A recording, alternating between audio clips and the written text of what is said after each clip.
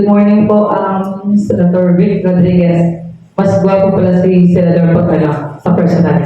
Ang 110 Tribes po ay nakikibahagi sa pagsuporta at pagsulong ng pagbabago para sa ating ekonomiya. At bilang pinapatay po ng aming tribo, dito po sa Kapas Tarlac ay Tampung Tribe, si Atty. Vic po ang napusuan namin, isa sa mga tutulungan namin para sa Senator. On behalf of my husband, Atty. Jose Balbino, siya din po ay tutulong sa atin para sumuporta sa mga kanyang mga organisasyon na hawak po niya para po kagabi nag-usap kami na we will support you po. Thank you very much po. Maraming salamat, Doc Marjorie, at we would like to acknowledge Ambassador Jose F. Balbino, met ng 110 Tribes of the Philippines. Welcome po dito po sa Clark, sa Pampanga. At welcome din po sa Mysore Media Corps. Welcome ulit. Alam po, madalas kayo dito sa Pampanga. Welcome. At ang mga regional and provincial media men po dito sa Region 3 and Pampanga, acknowledge ko lang po isang batik na TV host, talk show, field reporter, si Miss Jen Salenga po ng Balitang Balita. At katabi niya ang mas maganda, si Aching Malago, Jen Lubang Parungaw ng Balitang Balita din po. At ang pinakamaganda ng Sunstar Pampanga, Princess Clea Ocelia. At ang kanilang ate, CNN TV 44, Patricia Mamangang Mercado, isa rin pong veterano yan, big reporter, senator. At isa rin kan host sa radio broadcasting at kasalukuyan chairman ng Central Luzon Media Association Pampanga, si Patang Boy Santiago. Ayan po. At sa kabilang isa naman, unahin natin yung naka-sky blue, ang Central Luzon Business Week, isa rin pong kolumnista, news writer, si Pare Ashley Manara. At ang katabi niya, yung naka-black naman, ang editor-in-chief po natin sa Pampanga News Week, at isa rin pong veteranong kolumnista, publisher, editor-in-chief, Arnel San Pedro. At ang editor-in-chief dito ng Central Luzon Business Week, Joey Paglia. At siyempre, hindi natin pwedeng hindi panggitan ng past president po, tama ng Pampanga Press Club, at photojournalist ng Sunstar Pampanga, si Paring Chris Navarro. At sa likod naman po ng camera na naka-strike, hindi naman po mag-strike yan kung hindi niya birthday ngayon, Glenn Di Sembrano ng GNN TV 44. Birthday, Glenn Di. At pakikilap na po ang isang magiting at matikas, undefeated. Dati po naming City Councilor sa lungsod ng Angeles, at ngayon po isang punong barangay ng pinakamalaking barangay sa lungsod ng Angeles, ang Barangay Balibago, si Barangay Captain Joseph P.J. Ponce, para ipakilala ang ating bisita. Okay, thank you, Sir Mark Allen. Okay, sa ating po mga kaibigan na medias na nandito po ngayon sa buong Central Luzon at sa Pampanga, sa ating po mga kaibigan na may Suga Media Corps, sa ating po mga ibang kaibigan nandito ngayon, at kasama ko po ang aking kagawad Bong Nigdao ng Barangay Balibago, ang po ng ating mga kaibigan na nandito ngayon, si Mama Majoy, ang tawag ko, a good friend of mine, representative ng 110 na tribo sa buong Pilipinas, at ang kanyang kasama, si Ambassador. And of course, ang ating magiting na maisug na senador, future senator of the Republic of the Philippines, Atty. Vic Rodriguez. Magandang umaga po sa inyong lahat. It is both my honor and privilege pakilala ko po kayo ngayong araw na to dahil po ang oras na ito ay para sa inyo at marami pong nag-aabang sa buong lalawigan ng Pampanga, sa buong Central Luzon din at sa buong Pilipinas na marinig kayo at makilala. No? Kaya dami pong excited ngayong araw na to para pag-usapan ang inyong magandang adhikain. Ang ating pong bisita ngayon ay isang abogado na nag-graduate sa UST at siya po ang presidente ng Quezon City Trial Lawyers League. Siya din po ang Deputy General ng Council ng Integrated Bar of the Philippines. And kagaya mo, pero mas maaga siya na sumama sa politika as the youngest barangay captain ng Quezon City. No? At the age of 19. At more or less, 10 years po siyang naging punong barangay doon sa Quezon City. And he is appointed as a special assistant to the Chief of Business Licensing under Mayor Belmonte. And acted as the legal officer of the BBM during the vice presidential protest. At siyempre po, sino pang hindi nakakilala sa kanya, he served as the executive secretary and lead of the transition team of the BBM administration. And now, as the senatorial dito sa ating bansang Pilipinas, he also pushes the war against corruption. Yan. And hindi ko na po papatagalin, medyo mahaba-haba ang mga credentials niya and profile. And of course, ang ating former President Rodrigo Roa Duterte, tinawag siyang isang mabait, matalino, at honest na public servant. Kaya hindi ko na po papatagalin ang pagpapakilala sa kanya. Ladies and gentlemen, ang maisug na senador at ang tinatawag naming Kingmaker. No, palakpakan po natin si Attorney Vic Rodriguez. Thank you. Magandang umaga sa inyong lahat. Kay Kap Konsehal PG Consen, magandang araw at maraming salamat sa pag-imbita, pag-anyaya at pag-organisa itong ating pagharap sa media ng Central Luzon. Ganun din kay Ambassador, kay Dr. Majoy Panero, magandang umaga at magandang umaga sa inyong lahat.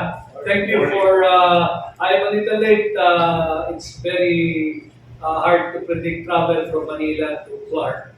But I always enjoy cruising NLEX SCTEX because it's a relief from the daily grind of traffic in Metro Manila. It's always fun and joy for me to be invited anywhere here in Clark. For some reason, I enjoy going here. Maybe it's because of the greenery, although nauubos na along NLEX. And again, the travel, except of course for the ever-increasing toll price, toll fare, maganda yung kalsada at walang traffic. Huwag ka lang may ipit doon sa toll gate. But other than that, it's a seamless travel from Manila to here. Thank you very much for being here this morning on a Sunday morning. And it's a big opportunity for me to be able to convey many important messages to our fellow Filipinos here in Central Luzon. Malaking bagay ang ugnayan ganito at alam naman ninyong lahat na ako ay aplikante pagka-senador ngayong darating May 12, 2025 election.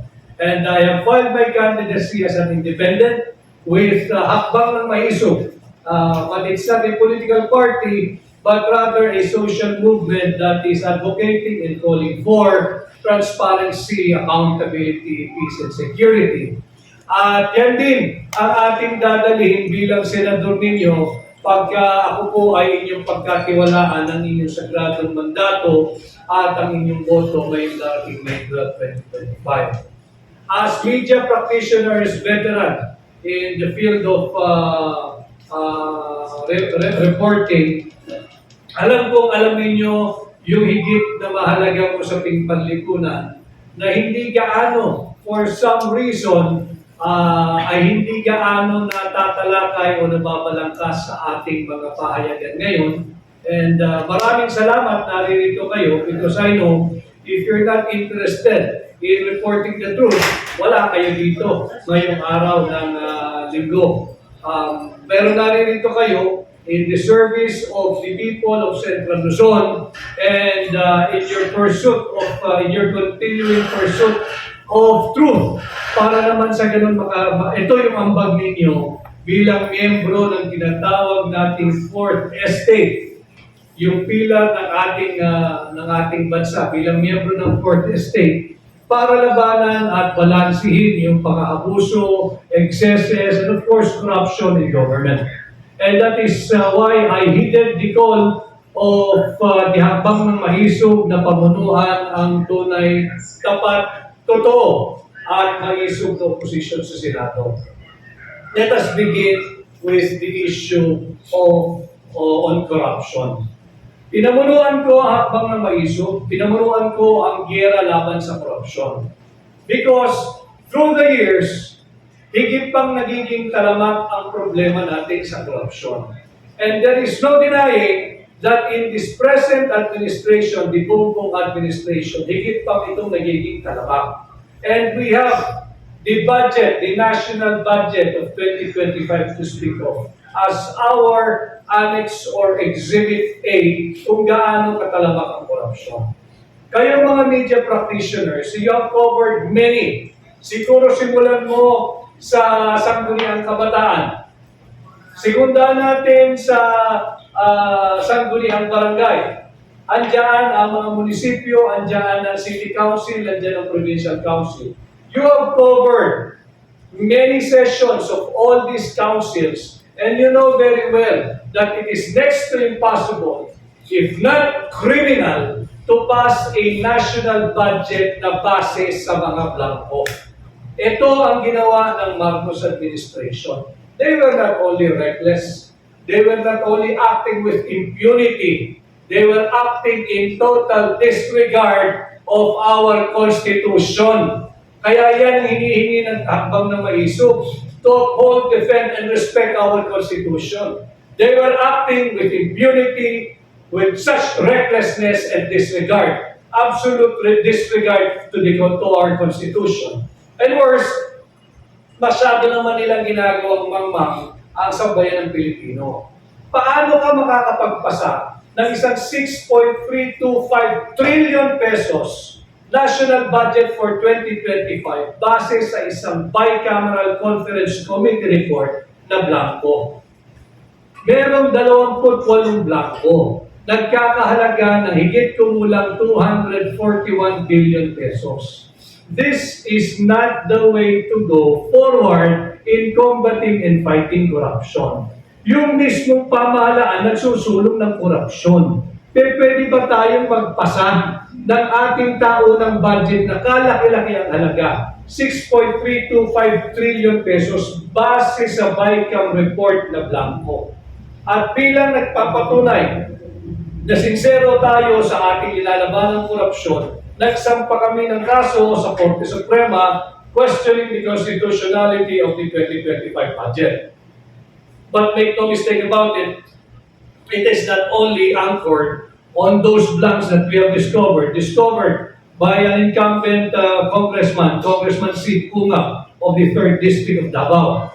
Just a brief background of who Congressman Sid Punga is, apart from him being the 3rd District incumbent Congressman of Davao. Siya ay minsan nang naging chairman ng Ways and Means Committee ng House of Representatives.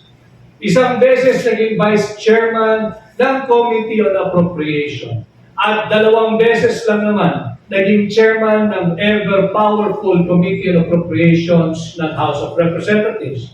Meaning, eksperto ito pagdating sa pagpasa ng tamang budget.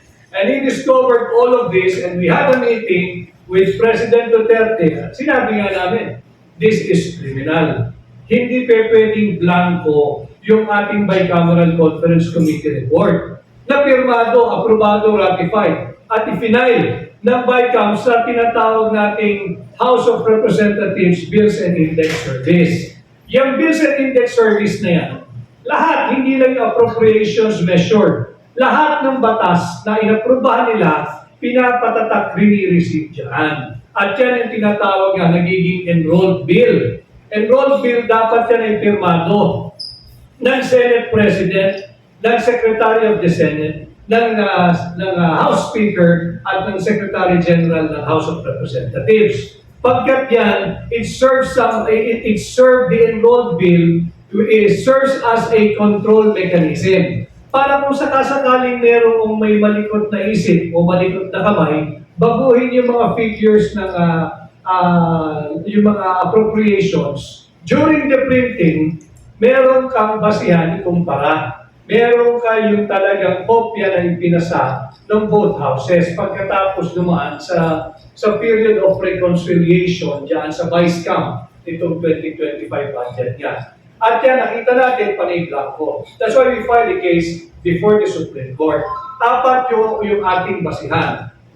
Una-una, hinayjack ng Vice-Cam yung NEP. Yung NEP is the budget na ipinopropose o pinapanukala ng Executive Department through the Office of the President. And it is very clear in our Constitution na hindi mo maaaring iangat ang panukalang budget ng Executive Department through the Office of the President pagdating sa Kongreso. The Congress may not increase the proposed appropriation revenue or appropriation measure provided or presented by the Executive Department. Yan yung una nating ginawang basihan for the declaration of unconstitutionality. Pangalawa, hindi rin nila tinupad yung malinaw na ipinag-uutos at ginagarantiyahan ng ating saligang batas na dapat pinakamalaki pagdating sa allocation o appropriation ang education sector. Ngayong 2025, ang pinakamalaking allocation o appropriation ay ang public works, hindi ang education. At yan ay paglabag na malinaw sa ating saligang batas. You can verify and check in our Constitution. I believe that falls under Article 14, Section 5 of our Constitution, na dapat ang pinakamalaking allocation o appropriation ay ang education sector, hindi ang kung ano pa mang departamento. Pangatlo, sa ating kini-question ay yung pagbibigay ng zero budget sa PhilHealth. You cannot give zero allocation sa PhilHealth. Why? Because the Constitution expressly provides na lahat ng perang na kolekta on taxes levied for special purpose shall be treated as a special fund to be used for such special purpose only. At yan nga ang pinagkukuhaan ng pondo ng Republic Act 11223 o yung mas kilalang Universal Healthcare Law. Ang pinagkukuhaan nila ay yung batas, yung sin tax law, na kung saan 80% ng revenue ng gobyerno na makukolekta mula sa mga tabako, sa alak, yung mga inumin na gumagamit ng sweetener o rasukal at iba pang matatamis na produkto, 80% ay naka-reserve. Reserve ang ginagamit ng batas to fund the universal healthcare law na kabilang dyan ang PhilHealth. So hindi mo pwedeng bigyan ng zero funding ng PhilHealth. Aside from the clear fact na ang PhilHealth ay hindi lamang pera ng gobyerno. Lahat ng manggagawa ay kinakaltasan bago pa ninyo mahawakan ang inyong pinagtrabaho sa kinsenas para dyan sa mandatory contribution sa PhilHealth. Private money din yan. So nasaan yung pera ng mga pribado na dapat pang PhilHealth? Hindi mo pwedeng bigyan ng zero funding yan. Tama si Pangulong Duterte. Malinaw na estafa yan kasi may private money component yan. Pag hinanap ng mga miyembro na nag-contribute sa isang buong taon, nasa ng contribution ko na binabawas mo monthly. Yan ay dapat para sa kalusugan ko. Pag yan binigyan mo ng zero, nasaan yung pera ng mga pribadong manggagawa? So yun ho yung ating pangatlong grounds at pang-apat, ito ang maling pagpasa ng ating budget dahil sinalaula yung proseso, binastos ang ating saligang batas, at higit sa lahat, iniinsulto ang talino ng mga Pilipino sapagkat nakapagpasa sila ng 6.325 trillion pesos na budget base sa 28 blankong items diyan sa Bicameral Conference Committee report. For better understanding, I'll try to simplify yung budget process. 241 billion pesos ang blanco, and yet nauwi sila sa 6.325. Lahat naman siguro tayo dito ay nakakatanggap ng bill ng kuryente. Yung bill ng kuryente, suriin ninyo. Meron doon yung consumption for the month. Nakalagay dyan kung magkano, lagay mong 1,000. Pero yung 1,000 yan, may breakdown yan. Kagaya sa NCR, yung Meralco, naka-breakdown. Nandyan yung charges for generation, transmission, distribution, yung government fees, yung systems loss, 8 items sa atin na naka-itemize. Hindi ka pwedeng magbayad ng bill mo na bulto lang at hindi naka-itemize saan napunta yung composition ng 1,000 na yon. Kaya hindi ka tanggap-tanggap yung sinasabi nila to follow yung amount ng mga blanco. Ang tanong ko lagi sa kanila, pagka kayo ay bibili ng real property, kung ito may lupa, o bahay at lupa, o isang unit ng condominium, hindi naman kayo papayag na ibibigay sa inyo, kahit na original, ay titulong blanco. You will have to look for the technical description. They will have to provide for the means and bounds. Kinakailangan meron niyang description kung hanggang saan lang ang property mo. Kung hindi, magkakagulo kayo ng kapitbahay mo. Saan mo itatanim ang muhon? Kung ang binili mo 500 square meter pero walang technical description, pwede kang tumawid sa kapitbahay mo. Kahit original pa yung inyong titulo. Kahit permado pa yan ng Register of Deeds. Walang visa yan dahil walang technical description.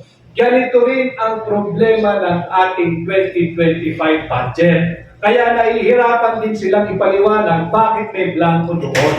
Ito yung mga bagay na dapat nating pinag-uusapan as the election draws near sapagkat napakaraming patuloy na pambubudol na ginagawa ng administrasyon ni Bongbong Marcos.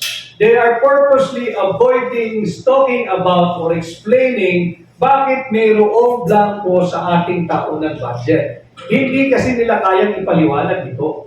Walang administrasyong nakaraan ang gumawa at nagpasa ng budget na blanco. And it is important for every Filipinos, not just here in Central Luzon, to have a clear opinion on this matter because those money, the 6.325 trillion pesos, yung mandatory contribution sa PhilHealth ay pera ninyo. Pera ito ng bawat mamamayang Pilipino. Sinasalaula na tayo. Ninanakaw ang pera ng Pilipino. Subalit hindi lamang natitigil dyan. Hindi lang pera ang ninanakaw nila. Again, hakbang ng maisog is calling for transparency and accountability. Transparency. Nabanggit ko na hindi lamang pera nating mga Pilipino ang ninanakaw ng administrasyon ito. Pati ang posisyon ng pangalawang Pangulo ay ninanakaw ng Bongbong Marcos administration. At hindi lamang si Inday Sara ang pinagtatanggol ko rito. Every time I speak of this brazen attempt to steal, to rob the Filipino people of the office of the Vice President. Sapagkat ang talagang ninanakawan dito at ang totoong ninanakaw dito ay ang sagradong mandato ng 32 milyong Pilipino who legally, lawfully, constitutionally, and democratically elected Sara Duterte to be our Vice President. Ninanakaw ito ng iilang elitista at tiwaling mambabatas. Initially, 215 of them signed the verified impeachment complaint na sinasabi nila itrinabaho nila sa loob ng 7 oras. From 10 in the morning until it was transmitted just before 5 in the afternoon. Pagbigyan na natin, bigay mo na, isagad mo na 7 hours. How could the 215 congressmen who signed the verified impeachment complaint possibly read, understood, and based what they know, the personal knowledge nila at base sa authentic document bago nila pinirmahan? You only have 60 minutes sa isang oras. Kung aaralin mo, susundin mo ang pinagbubutos ng saligang batas, Article 11, Section 4, na dapat ito'y verified impeachment complaint. Silipin ninyo ang Rule 7, Section 4 ng Rules of Court for the definition of what verified complaint is. Dapat ito'y base sa personal knowledge. O di kaya ay base sa authentic records and documents. 33 pages yung impeachment complaint. Paano mo babasahin at uunawain at iintindihin yung isang napakaseryosong impeachment complaint sa 10 minuto? Lagay mo na mabilis ka talaga makaintindi at magbasa. 10 minutes per congressman. Sa loob ng 6 na oras, sa loob ng 1 oras, 6 lang ang makakapirma. Nagtrabaho sila, wala kahit anong break, kahit CR break, wala. Lagay mo na, bigay mo na, talaga magagaling sila eh. Mahal nila Pilipino. You just have to multiply yung output mo na 6 lang ang pwedeng pumirma sa loob ng 7 oras. 42 lang yun ah. 42! Kung susundin mo yung diwa ng saligang batas, bakit may 250? Eh sabihin na natin, talaga magagaling din talaga sila. Gawin mo na lang tigpa 5 minutes. Eh di 84 ang maximum na makakapirma. Bakit 215? That is why from the very beginning, I was saying, and my position still remains, the verified impeachment complaint is not the verified impeachment complaint required by the Constitution.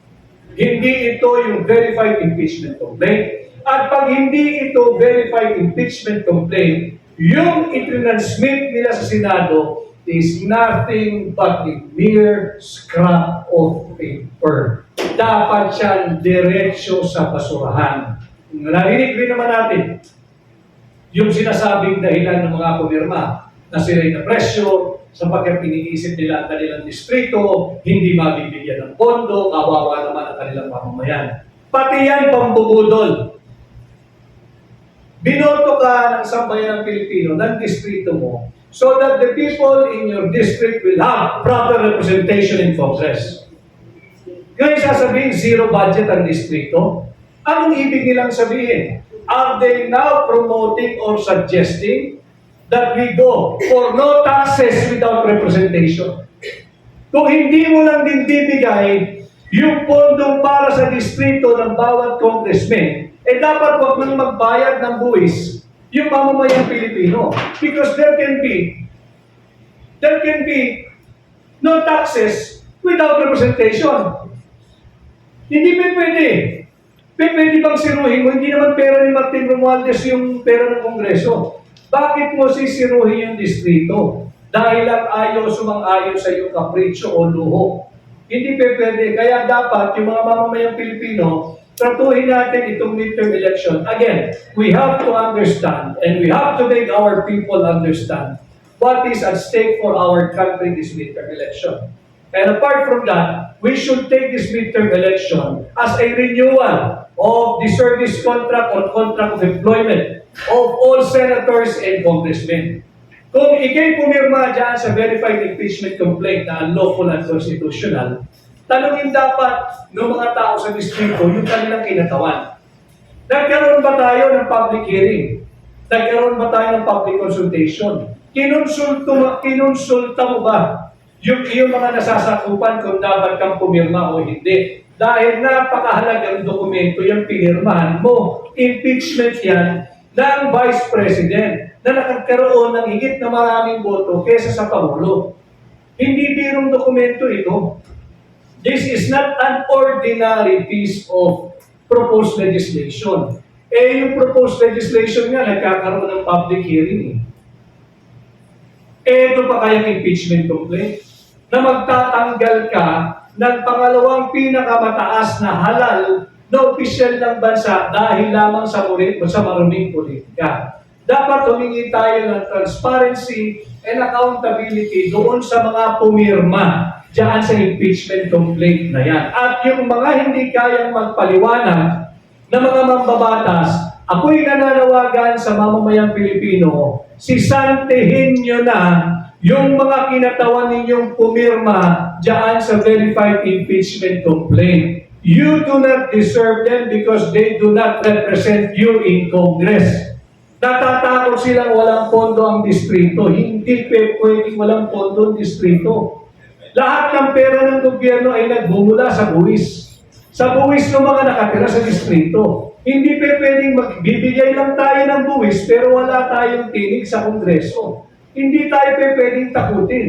At pagka ganyan ang sistema, essentially, it is the government who is promoting a goal na huwag tayong magbayad ng buwis. Total, wala naman tayong representation pala sa Senado. Wala tayong representation sa Kongreso. So ito yung mga dapat nating pinag-uusapan, yung kawalan ng transparency and accountability sa ating gobyerno ngayon. And finally, before I open the floor for the question and answer, ang isa pang lack of transparency coming here, I've been reading the many messages that were forwarded to me. Isa rin pinag-uusapan, bukas ay magsisimula ang hearing doon sa Senado regarding yung batang kinidnap. I think bukas magsisimula yan. Yung committee ni ang aking kasama sa Team Suka, si Senador Bato de la Rosa, yung kanyang committee, dahil talagang puno-puno ng loopholes or inconsistency yung storyang linabas ng gobyerno hinggil doon sa batang kinidnap. Kaawa-awa, kalunus-lunus yung sinapit ng bata. Sinalbay, pinutulan ng daliri to serve as a proof of life. Bago apparently, ang daming versyong lumalabas na kapagbayad ng piyansa ng ransom, kaya ito ay binitawan. Subalit ibang versyon naman ang nilalabas ng gobyerno kasi ito raw ay sadyang pinakawalan o binitawan ng kanyang captors, 22 of them, yan marami, sapagkat ito raw ay isang produkto ng successful hot pursuit operation. Binitawan yung bata dahil masusukol na sila. Hanggang ngayon, ni isa sa mga sinasabing 22 suspects walang nahuhuli. Ano ito? Malaking cover-up? The Filipinos have the right to know. At bukod dyan, nagiging mainit na issue rin, I also do my direct public discourse every time that I have an opening in my schedule. Tatalakayin ko rin, subalit naririto na kayo, yung sinapit ng isang abogado na kandidato bilang Vice Governor, I think, nung linahad niya yung vulnerability ng gagamiting automated counting machine o yung ating automated election system ngayong darating na halalan. Ano sinapit ng abogado, accountant, at kandidato bilang vice-gobernador? Siya ay hinapla ng Commission on Election. Bakit mo iabla yung tao? Naglalahad lang naman siya ng kanyang concern regarding the vulnerability of the automated election system na gagamitin ngayong 2025. Marsalo na ba? Bawal bang maghatid ng tinig? Bakit mo ide-demanda? They have weaponized the libel and cyber libel law. Pagka ikay nagsalita at hindi maganda o sang-ayon sa pandinig ng mga nasa gobyerno, ide-demanda ka ng libelo. Kailan pa na amyendahan ang ating saligang batas? Ang huling konsulta ko sa saligang batas ay kagabi nung aking binasa yung Article 3, Section 4. Malinaw pa rin naman na nandoon yan, hindi pa na-amyendahan, hindi pa nare-retrieve. That no law shall be passed abridging the freedom of speech, of expression, and of the press. So bakit mo i-demanda yung isang taong nagpahayag lang ng kanyang concern? May karapatan siya. Pilipino yun, taxpayer yun eh. Abogado yun, accountant yun. And in his vlog or whatever you call it, yung video na kanyang pinost, ay sinabi niya, linay down niya yung kanyang expertise. na siya ay isang accountant at meron talagang expertise, may tuturing siyang expert pagdating sa IT o technology. So ito yung mga nangyayari sa ating bansa na sana kayong mga miyembro ng Fourth Estate, whether you belong to the traditional media or the new media, yung mga kasamahan natin sa digital platform, sa social media, sana ito ang inyong pinag-uusapan and maging ambag nating lahat towards nation building. We only have one country. Alam kong mahirap pagkatiwalaan ang mga naglilingkod sa bayan ngayon. Subalit, let's not give up on the Filipino people. Huwag tayong bumigay at sumuko para sa ating bansa. Pagtulong-tulungan natin. Sana maging aktibong partner kayo na gabayan ang ating mga mamamayan sa pagpili ng tamang leader na kanilang gagawin pagdating ng May 12, 2025 election because again, we do not have transparency, we do not have accountability. And these are the important matters that we should be talking about as we approach the midterm election that shall serve as a referendum whether we are in approval of the first 3 years of this very corrupt government administration of Bongbong Marcos. Higit bang mababa ang presyo ng pangunahing bilihin ngayon kesa 3 years ago? Higit bang mababa ang antas ng kriminalidad ngayong administrasyon ni Bongbong Marcos kesa ng panahon ni Pangulong Duterte?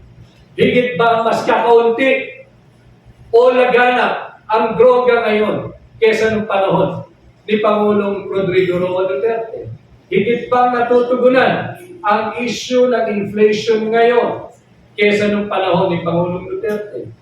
Higit bang mura ang presyo ng bigas ngayon kesa nung panahon ni Pangulong Duterte? Ito yung mga mahalagang issues at hindi tayo dapat nagpapabudol at sumasabay doon sa paggagaslight ng administrasyon na napakaraming fake balita ang kanilang inilalabas. And yes, we should fight fake news, we should fight false information. We should fight the false propaganda, the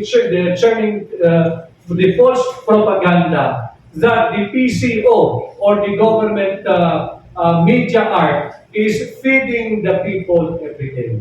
So ito ho yung aking mga layunin bilang kandidato, aplikante, pagkasenador ngayong 2025 election. Maraming salamat.